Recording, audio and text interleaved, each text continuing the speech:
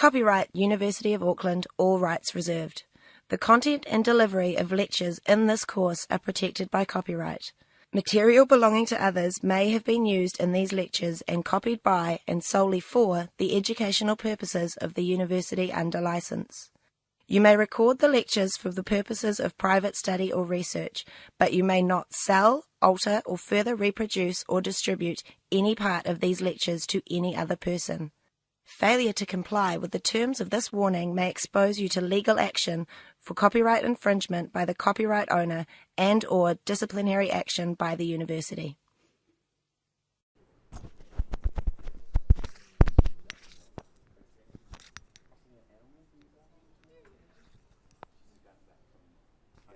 It's recording now. Oh, okay. Don't worry, we'll edit. Okay.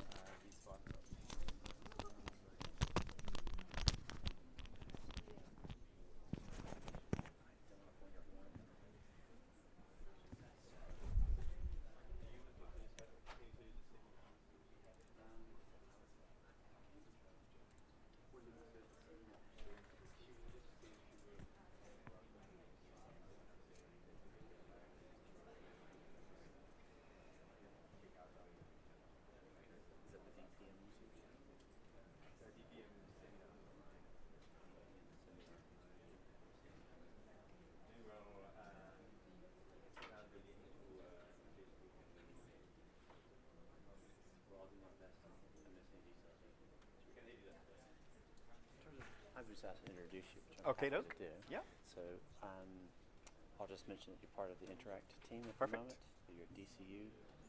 Your titles, are you a lecturer? It's called Research fellow? assistant professor. Assistant professor. Yeah. And is there anything else you want me to say? No, that sounds good. You'll be talking about some of your doctoral work in Japan? Yeah, I mean, I'll say that myself, so. Okay. This is a good turnout considering the weather. Yeah, and it's not even term time, right? So. Yeah. Okay. I'll just see if JC wants this.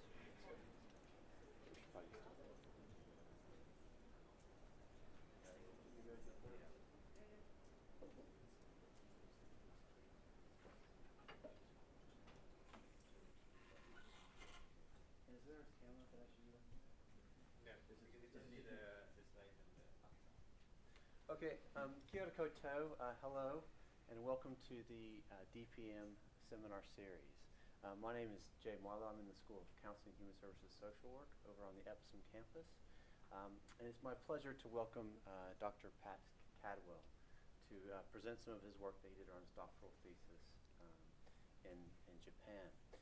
Pat is at Dublin City University. He's an assistant professor there with a focus on translation studies. And was also a visiting scholar while he's doing his doctorate here about 2 years ago. It's actually more than that. It's nearly 4. 4 years ago. Yeah. Time flies. And so Pat, along with Sharon and Federico, who are here as well, are part of an Interact group, which is funded through the Mary Curie RISE, which is a Research Innovation Staff Exchange Fund through the EU, that brings people together to sort of look at important research questions, and that one is in relation to crisis translation. So Pat might talk about that a bit further, but I'll let Pat say a little bit more about himself, but can you please just join me in welcoming Pat to the DPM series. Thank you very much. And just so you know that this is being recorded, is that right, JC? Yes, it's being recorded and it's going to be on our YouTube channel, the DPM Seminar Series YouTube channel, in the coming days. Okay, great. I'm glad there's no cameras. So, yes, I thought I'd start out by maybe telling you just very briefly what translation studies is. So this is the discipline that we work in. Essentially, translation studies is interested in the theory and the practice and the application of translation. So what we do is we look at the products of translation, we look at the processes behind it, and of course we're also really interested in the people who translate. Generally, more broadly speaking, we are very interested in language and culture, but we view language and culture kind of through the prism of translation. And obviously, we tend to look at language and culture in lots of different settings.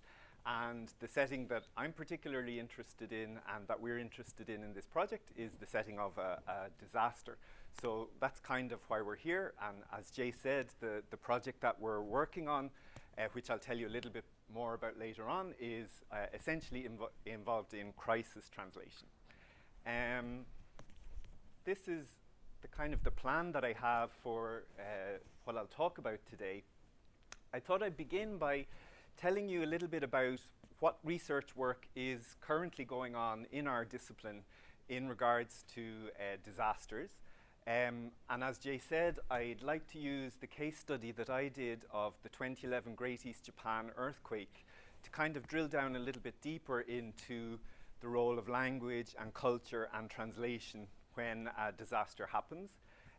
I decided to pick out three kind of big ideas from my PhD.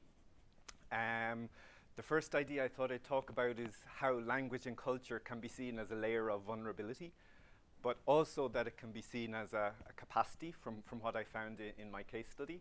And one of the things I'm particularly interested in is the role that translators or translation might play in relationships, and especially in establishing or maybe not exactly facilitating relationships of trust. And then I'll also spend a good part giving you some detail about this research project called Interact, the International Network on Crisis Translation. But because I believe we have some geographers in the room, I thought I'd start with a map. I spent a lot of time yesterday hopefully putting the arrows in the right place, but I'm not 100% confident. But anyway, that's not the most important point. I wanted to use the map to show you that there is a kind of a small but growing number of people in our discipline that are interested in looking at disaster contexts. Not necessarily all looking at the same disasters, but some are looking more from a conflict perspective, others are looking more from, for example, earthquakes or tsunamis.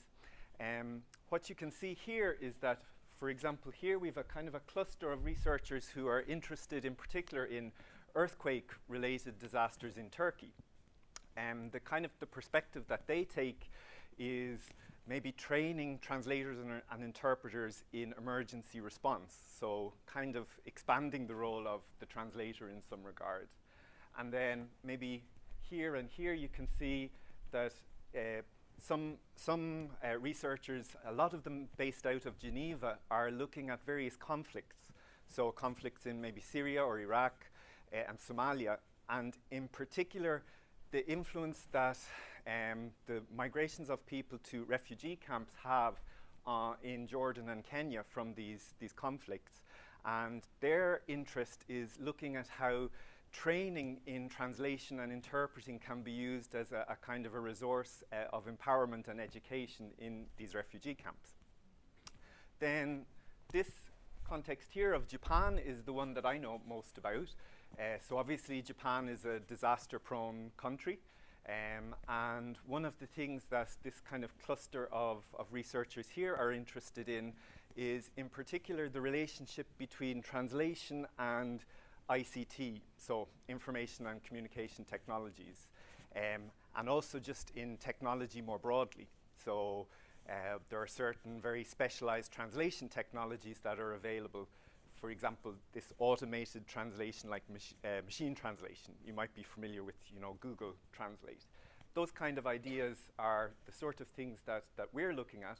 But this has also been looked at a lot in relation to the 2010 earthquake in Haiti. So they were also particularly interested in the role that technology played, and in particular how diaspora communities of Haitians outside of Haiti could be harnessed through technology and through various platforms to contribute in some ways to response and recovery. And you'll see here that I have New Zealand coming soon.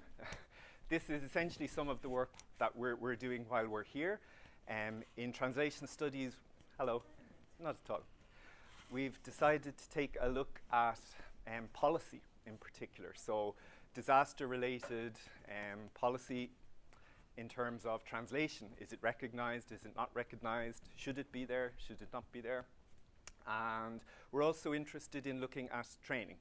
So training of translators and interpreters using the context of New Zealand. So I mapped that geographically, but I could have also plotted it in time to tell a bit of a different story, because if I gave you a timeline, what you'd probably notice is that 2010 and 2011 were really pivotal years for this interest in crisis translation or disaster translation, because as you all remember, in 2010 and 2011 there were several large-scale, highly mediatized disasters in quick succession. And what was interesting from a translation studies perspective was that language in particular, not just language and culture, but language was really foregrounded in the 2010 earthquake in Haiti, in the 2010 and 2011 Canterbury earthquakes, and then in the 2011 Great East Japan earthquake. So often when we see translation or language or culture talked about in disaster-related literature, it's that kind of culture and language are lumped together. And from a translation studies perspective, that's not perhaps telling you the most valuable information. So what was interesting about the 2010 and 2011 period was that, to a certain extent, language and culture were explored a bit more systematically. And certainly a lot of the work, a lot of the motivation, I guess, for crisis translation came out of that period.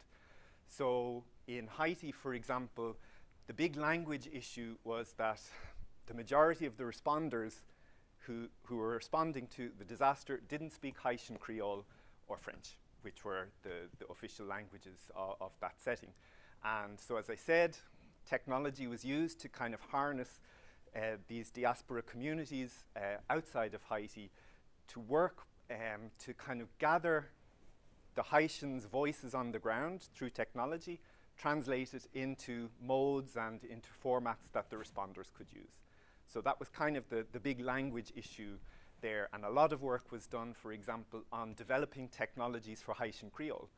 As a language of very limited diffusion, there wasn't really very much, if anything at all. So through that context, lots of new technologies for this minority language were developed. Then in the Canterbury earthquakes in 2010 and 2011, obviously in Christchurch, you're well aware that almost half of the people who lost their lives were not New Zealand nationals.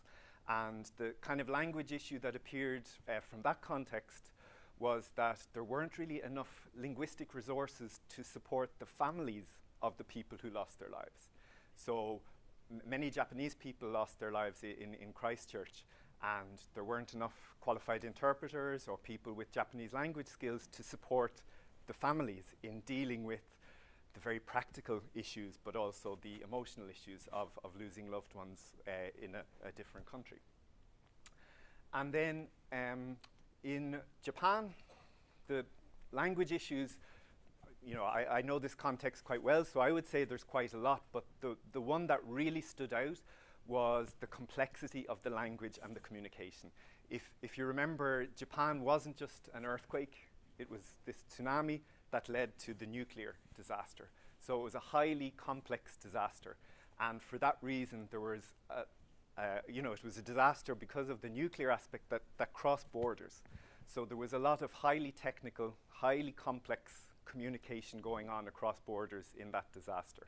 And again, that really foregrounded language, but also language and culture and translation in that setting.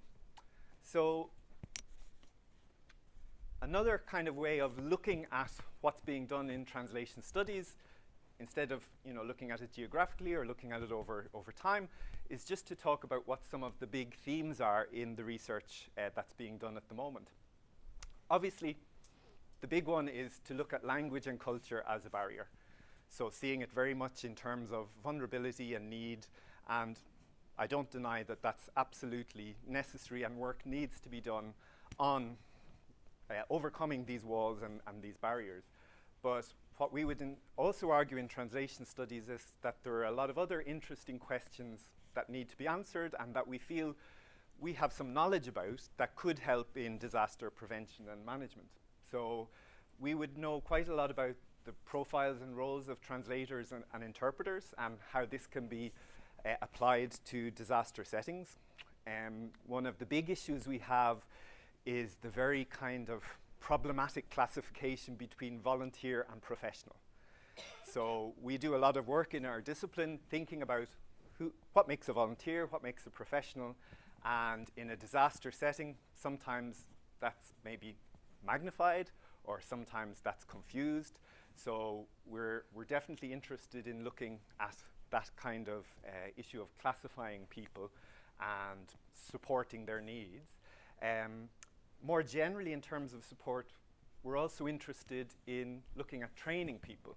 So one of the things that we're looking at in our project is the idea of the citizen translator. So taking somebody with certain linguistic skills, so they might speak 2 or 3 or 4 languages, but they might not be used to translating or interpreting. And there are certain skills that we know about that will help people who have multiple languages do a better job in a translation setting. So we're looking at kind of the needs and the practices, but we're also looking at the role that technology could play. Now, we're all aware of the issues involved in technology in disasters because of connectivity, power, and all of that. But with certain mobile devices and battery-powered devices, and a lot of the work that's being done on mobile networks, we think there is a space for at least considering the role of technology. Then we have a mountain of ethical issues. When you look at translation and interpreting, just in a standard context, there are ethical issues. And there are certain kind of, I suppose, ethical pillars that are always involved in a relationship of translation or interpreting. And we've been talking about them over the past few weeks while we've been here. You know, there are things like accuracy, confidentiality, neutrality, impartiality, agency. These are all things that we talk about in standard translation and interpreting contexts. But then when you transport that into a disaster setting, do those ethical issues still apply? Are they magnified? Should they be in some ways rethought? We have a lot of work to do in this area, but we would also argue that we have some knowledge from our own discipline that we could maybe bring to disaster prevention and management. And then the last thing, as I said, is something that we're kind of working on at the moment while we're here in New Zealand. It's the recognition or the non-recognition of translation in disaster-related policy. You'll notice that I haven't put anything about implementation there yet because we haven't gotten to that stage. We're just at the moment looking at policies to see if translation or interpreting is actually in there at all, and kind of asking the question whether it should be or it shouldn't be, and what difference it might make if it is recognized. At the moment, the picture seems to be one of non-recognition, but that does, to a certain extent, depend on the context that you're looking at. And you know, based on my own experience of doing the PhD in Japan back 4 or 5 years ago, there's been a big shift. And in terms of the Japanese policy now, there is much greater recognition of translators, interpreters, and especially the role of volunteers in the policy. Whether that's implemented or not is a question for a little later. So those are kind of the big issues that we're looking at as a discipline. After that kind of like high-level view, I thought I'd use the case that I know the best to maybe go a little bit deeper and discuss some of the roles of diversity in terms of language and culture. So to give you a bit of personal background first, I was working in Japan in 2011 when the disaster hit. I had been living in Japan for about almost 9 years at that stage. So I could speak Japanese and I was pretty comfortable, you know, living and working in a Japanese environment. The company that I worked for, I worked in the head office in Tokyo, but the company had factories, we had research centers, and we had sales offices all through the disaster-affected region.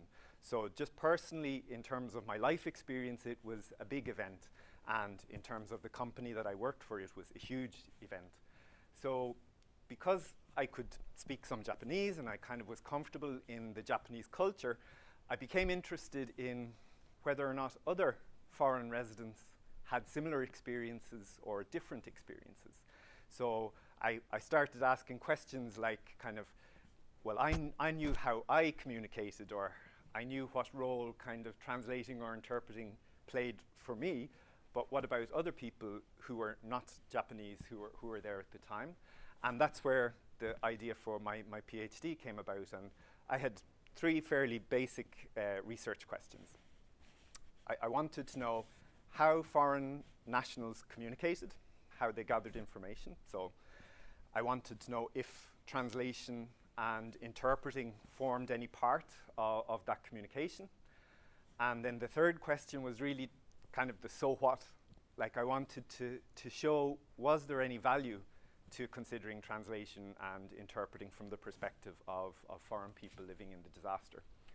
So, like I said a bit earlier at the beginning, it was a big, complex disaster. You'll probably remember that it was this massive magnitude 9 earthquake that started everything. It hit in this northeastern Tohoku region of Japan. And what happened was this massive earthquake created the tsunami that then led on to the nuclear disaster. So the worst affected areas were definitely kind of 3 or 4 prefectures here in this part of the Tohoku region near where the earthquake hit. But the actual official disaster zone stretched all the way from here down to Tokyo. So there was a very, very large disaster-affected area, and that's why there were there were more than 670,000 foreign residents. So those are foreign nationals who were recorded as living in the area. Of course, there may have been other non-residents, so business travelers or tourists. There could also be refugees. There could be a lot of other groups that we don't know about, but these were the people who were on the official records. More than 18,000 people lost their lives, and 92% of those fatalities were through drowning. So by far, the tsunami was the most deadly of the 3 disasters, but the nuclear disaster is still ongoing, and it will be for years to come. More than 6,000 people were injured, and of the people who lost their lives, 41 were recorded as being from another nationality than Japanese, mostly Chinese and Korean. The big impact for foreign nationals was that the month after the disaster hit, there were 40,000 fewer foreign nationals living in Japan. So I just wanted to put that context up there to make you think about the complexity of the disaster and the fact that it had a huge impact on rural and fishing communities of Japanese nationals, but that there were also some non-Japanese, some foreign nationals who were affected quite deeply. Like I said, I could have in the case study looked at business travelers or tourists or international responders. For very pragmatic reasons, I chose foreign residents, so people who were living there, because first of all, I had that kind of experience myself, but also just practically, compared to business travelers or tourists, it was easier to gain access to them to participate in my research. And the same kind of goes for the international responders. So I won't spend too long talking about the methodology because it was a case study. So I went back to Japan and I had face-to-face individual interviews with 28 people. So these were 28 foreigners who were living in the disaster-affected zone at the time of the disaster. They came from 12 different nationalities, so pretty much all over the world. I was lucky enough to be able to talk to people from a wide variety of perspectives, so a lot of different ages, occupations. Some had been in Japan only a month when the disaster hit. Others had been there for more than 20 years. And similarly, the level of Japanese language ability of these people also varied from absolute beginner to interpreter, professional interpreter. what I did was I combined these interview data with official reports and surveys, lots of other grey literature, and I built a corpus of disaster, a very small illustrative corpus of disaster communication. And then I tried to kind of pick a fairly methodologically robust way of tying that all together through various phases of thematic analysis. So what I tried to do today is to think about, from all these data that I have, what might a room of people who come to a disaster prevention and management seminar want to hear about. So I thought that maybe picking these 3 issues might be interesting. So what I can talk a little bit about is how language and culture did represent vulnerability for some of the foreign residents that I spoke to. But I do think you can also tell a story of capacity. And the aspect that I became personally quite interested in was the role that language and culture might have and that translation might play in terms of building trusting relationships in a disaster setting. So in terms of vulnerability, I just put this slide up here. You don't need to read everything. It's more just to show you that, for sure, there were a lot of needs that foreign residents expressed. There were a lot of situations and a lot of settings in which, without translation or interpreting, they wouldn't have understood what was going on. So I suppose just to show you that there are there's a lot of variety in there, but it also stretches across the disaster in terms of time. So there is a tendency to think in the literature at the moment that if you translate emergency warnings, that's done. You don't need to worry about foreign nationals in terms of vulnerability. And of course that's important, but based on the people that I spoke to, some of the greatest needs for translation came later on, once things got more complex. Because some of the foreigners who spoke no Japanese said that in terms of the earliest part of the disaster, they could copy other people, or they could use sort of some sign language, or they could just essentially kind of read the room and follow what others were doing. So in terms of those initial minutes or seconds, I'm not sure that translation or interpreting would have had as important an impact as later on when things got more complex. People were quite familiar, who'd been living there a while, were quite familiar with earthquakes. So in Japan, you have earthquakes all the time, so that wasn't really that complex for them because there was an element of familiarity. But tsunamis are less common. So once the tsunami hit, the context kind of changed, and that layer of vulnerability was maybe exposed that hadn't been there previously.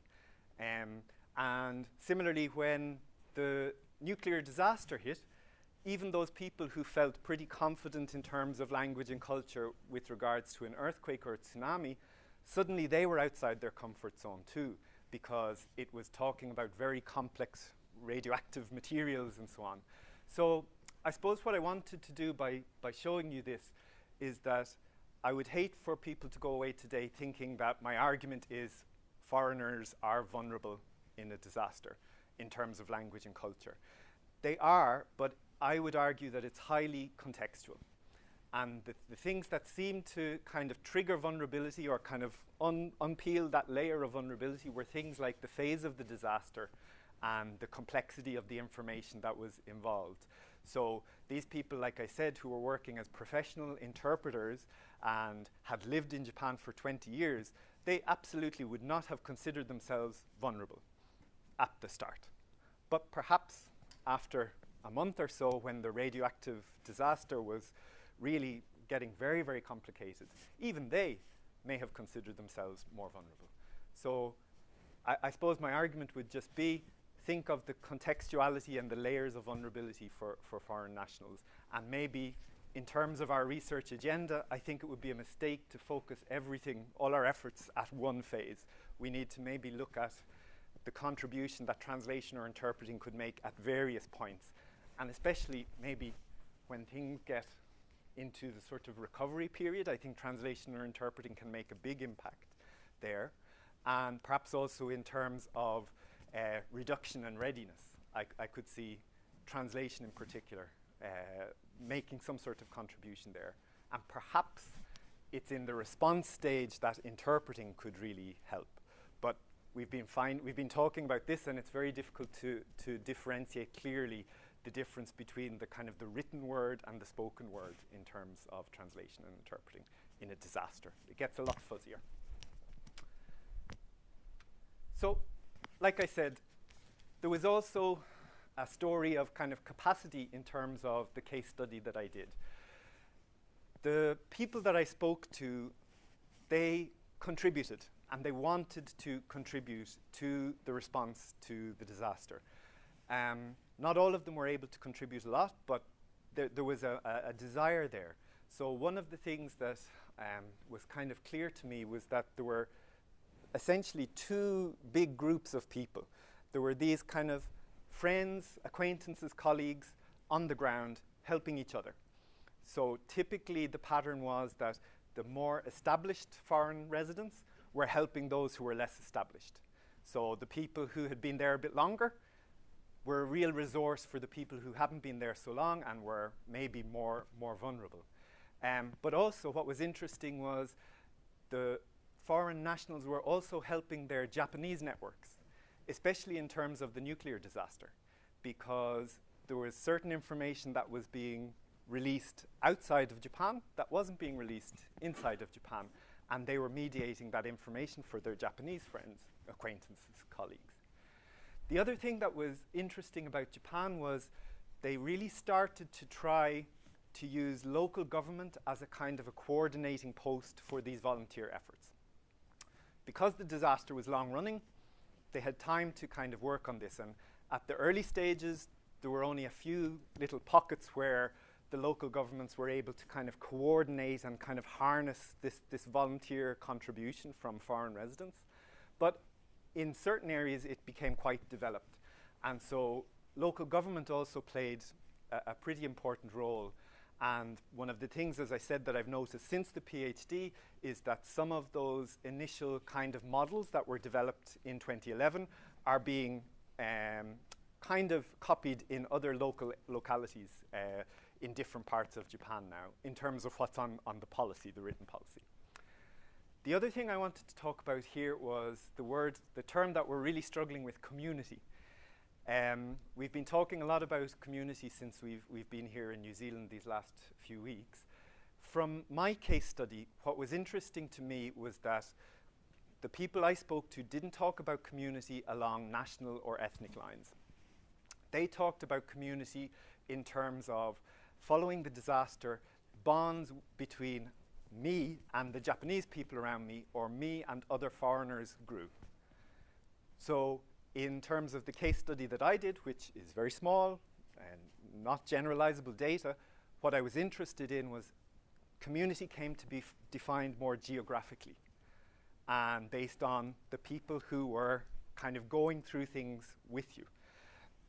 So there was this kind of discourse of community, but there was a kind of a temporary nature to it. And there was also a bit of a discourse of disappointment that after the worst of the disaster had passed, this kind of bond that people who perhaps had not been, so integrated prior to the disaster suddenly started to feel more integrated and more of a community dynamic with the people around them. It started to then fade once they moved kind of into the recovery phase. So I just wanted to throw that out there because I'm aware that community is a problematic concept, especially in terms of disaster prevention and management, but just based on what I found, I think there's something to be talked about in terms of thinking in community locally, as well as, so build capacity along maybe national or ethnic lines, but also don't forget that the people who are going to help you first are the neighbors and the people, colleagues and people around you. I think that's pretty much all I wanted to say about capacity. Yeah, this is the other kind of big finding that I had in my PhD. I set out asking people about translation and interpreting. I wanted to know, how did you communicate? Did translation or interpreting have any impact on your communication? What was interesting to me was they came back talking about trust. So even though I was asking them about translation and interpreting, they were answering about trust. So it made me consider whether there might be some relationship for foreign nationals between trust and translation. What I did in terms of the actual analysis was, rather than focusing on what trust is, because that's very problematic and nobody in the literature seems to agree on it, it's one of those things where it's kind of all around us and really important, but people don't agree on how to define it. In the work that I did, I tried to take a look at, well, what did it do? What did trust do in this particular setting for this particular group of people that I had? And what I found is that trust was something where it reduced people's uncertainty. It helped people to cooperate. It allowed people to act with more confidence. So it kind of spurred them towards action. It was a way that they could have their sort of perception of the crisis positively influenced. So if good news came from a trusted source, they felt better about the situation. And this is the one that I was really interested in. It kind of helped people select from a vast array of information. So if they had a lot of information in front of them, they'd ask, well, who is the source of that information? If I trust that source, that's the one I'll go with. That's the piece of information that I'll use. So what I did then in terms of the analysis was I just tried to use a kind of a particular theory of trust to go through all of these interview and case study data to see were there situations where translation or interpreting seemed to have contributed to one of those kind of functions of trust. And again, very small data, not much that you can generalize from it, but just in this particular case study, what I noticed was that the majority of the effect seemed to be around this idea of using trust to select the source of the information that you're going to use. Okay. Did you want us to wait till the end to ask questions? No, if you have something. Go ahead now. Just how did we end up in trust? Where there was a gap. Like, why trust? Is that the main finding from the whole process? Yes. There is a lot of that I could have talked about in terms of translation or interpreting, but for me, the big finding was that when you asked people about their experience of communication through the lens of language and culture, they came back with this idea of trust. So there are other findings, but to me this was a particularly interesting one because it wasn't expected. And it wasn't something that I brought to the research. It was something that came from the participants. Will you be telling us about other findings, or will you concentrate on trust? I thought today, because of limited time, I'd focus just on one basically on this big idea. I'd be happy afterwards to talk about some other findings if you're interested, and I have put a bibliography at the end on the slides, so I think if this is being recorded, you'll have all of the sources to look at as well, if that's okay. So because I thought it was about this idea of the selection of sources, that obviously made me think of relationships. And I have to give a major hat tip to Jay Marlowe here, because he said the other day that maybe the missing R in the 4 R's is relationships. So it might be that in terms of translation or translators, one of the, let's say, roles or contributions that translators could play with people who are interested in disaster prevention and management is establishing trusted relationships. So what I guess I'm saying is that one of the things I'd like to think about in terms of kind of overlap between, let's say, the Interact project and research that's being done in disaster prevention and management is maybe could we talk about how to better use translators or interpreters, or how to figure out what they need, what they don't need, how you can work better in terms of prevention and management with people who are acting as translators, how to judge maybe an effective translation from a less effective one, that kind of thing. It's just something that's kind of bubbling away in my mind at the moment. So that kind of leads me on to the second reason that I'm presenting here today. It's to talk about this project that we're working on here at the moment. So basically, to sum up, I suppose, my case study in a few words, yes, there is vulnerability and there are a lot of challenges involved in communicating in a disaster when people speak different languages or come from different cultures. But you can also flip that and also look at there is maybe room for capacity building in terms of using translation or interpreting as a way to build the resources of foreign communities, but also to help the local communities. And so it's in terms of these challenges and these opportunities that my colleague here, Sharon O'Brien, set up this research network. So it's called Interact, and it's the International Network on Crisis Translation. And as Jay mentioned at the start, it's funded by the European Union under their Horizon 2020 Marie Curie funding mechanism. And as Jay also pointed out, it's called a RISE network, which is Research and Innovation Staff Exchange. And the staff exchange is kind of the important bit here, because it tells you how the funding works. So essentially, the European Union gives money to this network to send people to work with each other in different locations. The idea is that you send people on secondments to different geographic locations, into different sectors, and across disciplines within academia. The funding that we have been given is for 3 years, and it started in April of this year, so things are still at the kind of the early stages, but even at this kind of early stage, we've started to gain some momentum.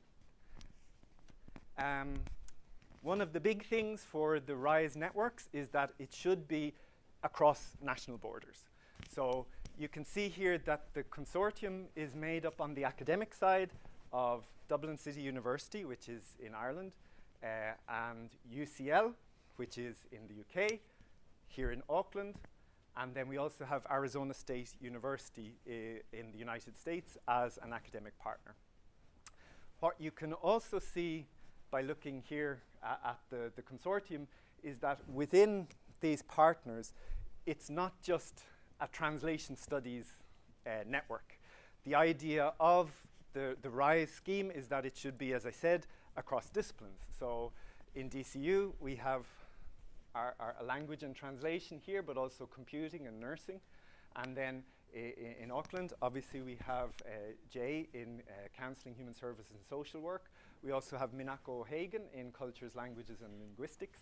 And then at Arizona State, we have 3 partners across these various sort of public affairs and communication schools. Again, the idea of the RISE network is that it shouldn't be restricted. So it's not restricted only to academia. And the other idea is that it goes across sectors, like I said. So we have two other sectors involved in addition to academia in the network. This would be the NPO sector here with Translators Without Borders and Cochrane. And then we have the, let's say, technology sector with Unbabel and Microsoft Research. So Translators Without Borders, you may or may not have heard of. They kind of use the Médecins Sans Frontières model, and their idea is to kind of be the, I suppose, the coordination point between translators and NGOs. So kind of putting qualified translators in touch with NGOs to satisfy the communication needs. Then Cochrane produces systematic reviews of health-related content for medical professionals, but they also simplify them then to give to the general public. And then Unbabel is a kind of artificial intelligence language company. They also are specialized in crowdsourcing and these platforms to bring large groups of people together to work on a task. And then, I guess, Microsoft Research, everyone would know. So one of the big issues in a network like this, where you're bringing people from different sectors, different disciplines, different geographic locations, is the idea that scope can end up being pretty wide. And then, of course, when you're looking at disasters, you have this kind of terminological issue of, well, what's the difference between a crisis and a disaster and emergency, and should we be kind of restricting ourselves to one or the other? So in a way, when Sharon was kind of thinking about how to structure the program, at first went very broad. So taking kind of as many possible scenarios as we could by using a sort of the term crisis as an event that is expected to lead to a dangerous situation, whether it is an emergency or a disaster. So set the net very wide at first, but then the idea was, well, focus in that broad array of settings on kind of health content, so health-related issues, and also focus on the written word rather than the spoken word. So this is what's been proposed in the project, and I think already we're recognizing that while that will be a priority for us, there will also be times where we kind of, it's a bit fuzzier and we're looking at different settings, and dividing written word and spoken word may be not that useful.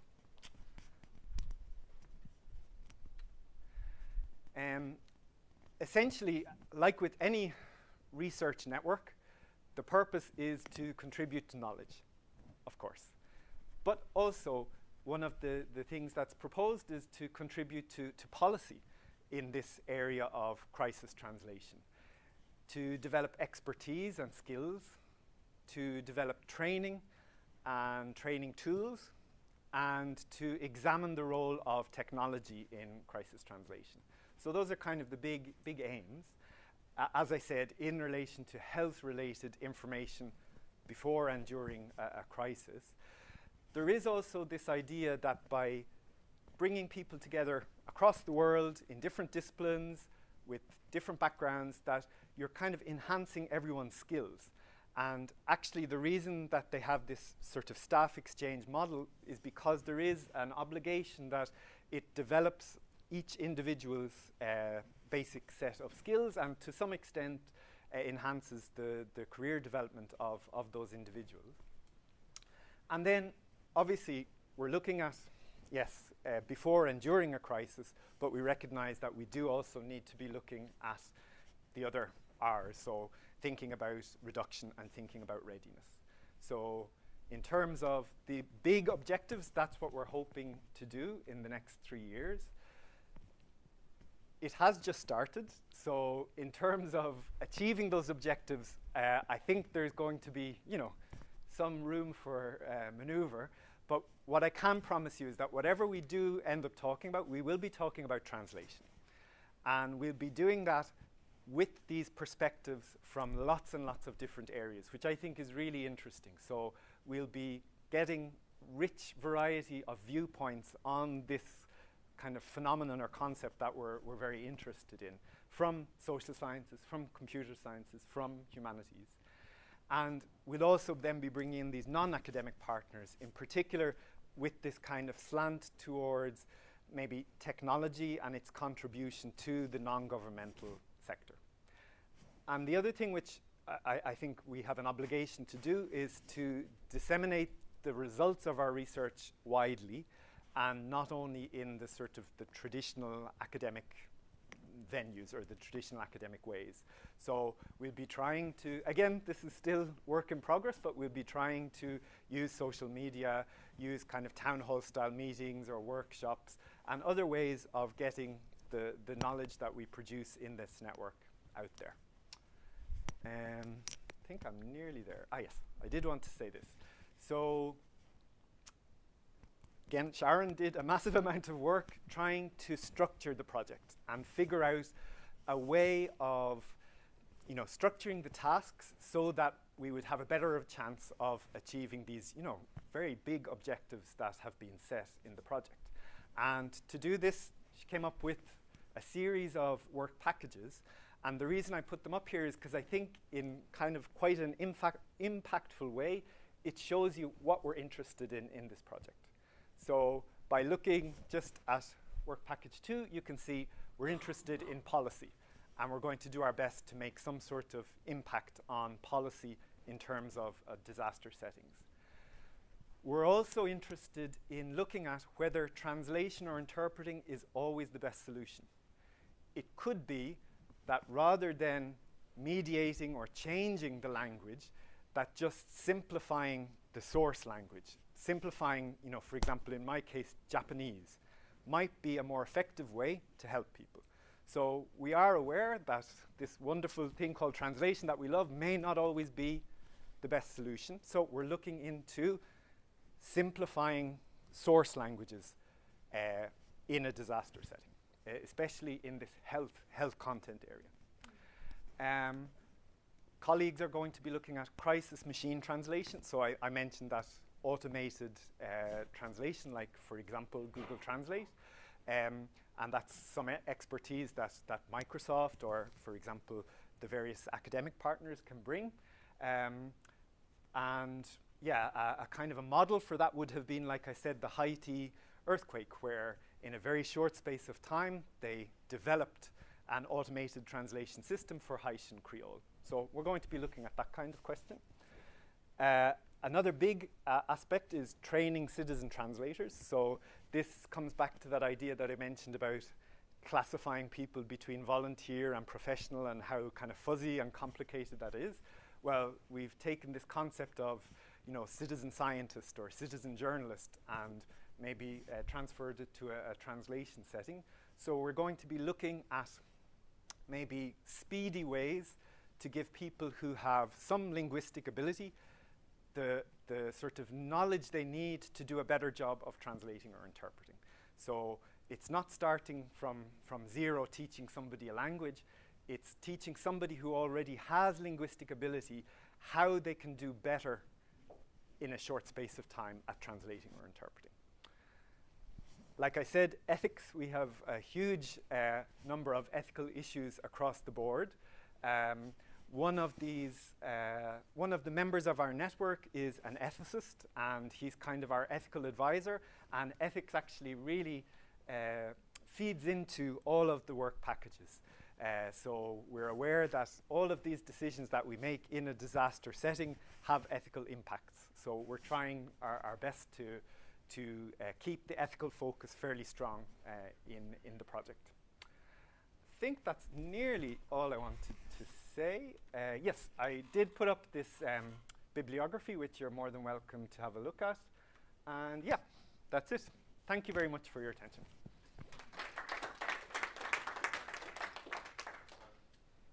Many thanks, Patrick. That was great in terms of talking about translation as it relates to vulnerability, capacities, and trust.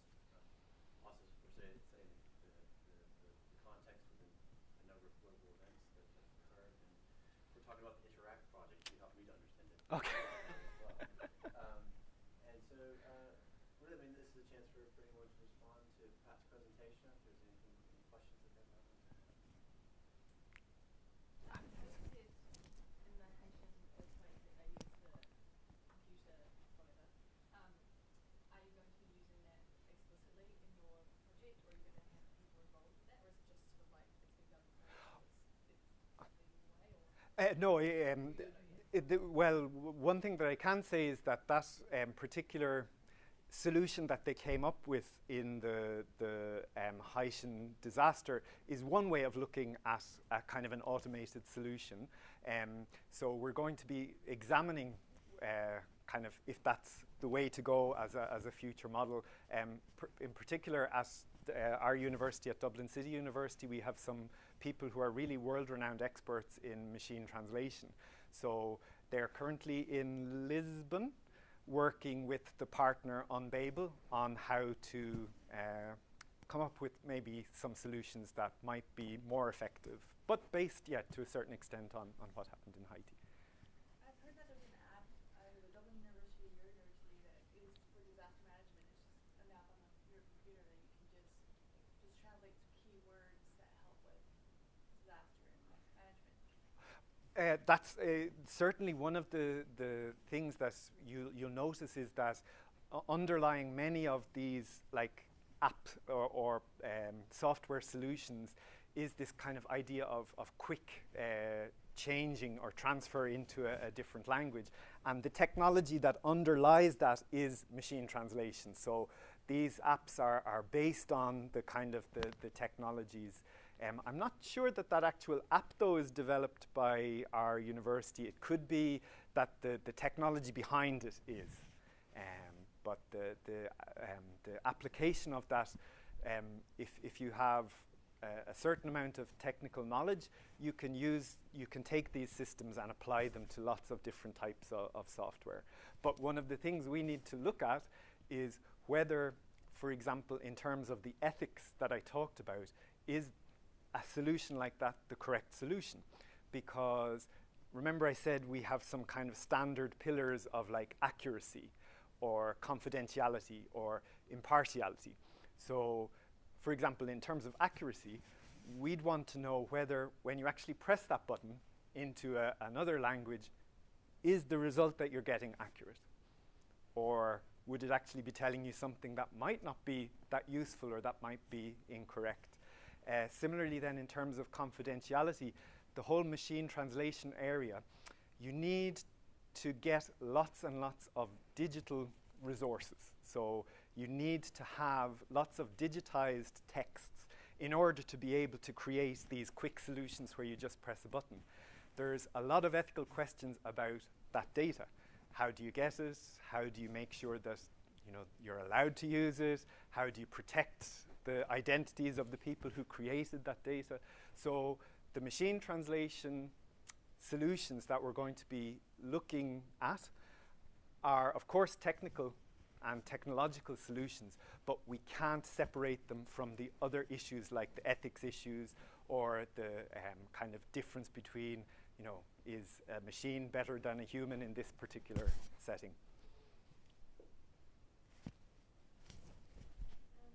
First of all, thanks. That was really interesting. I was curious from your Japan case study, sort of the low trust areas, were there any sort of narratives of miscommunication because of translation, or was it just lack of communication?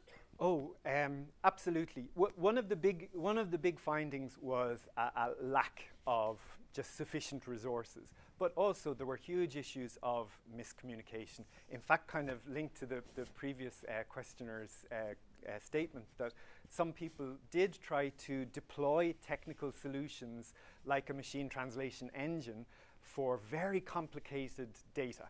So something to do with, let's say, the nuclear disaster. Even for humans, it's incredibly complex and very difficult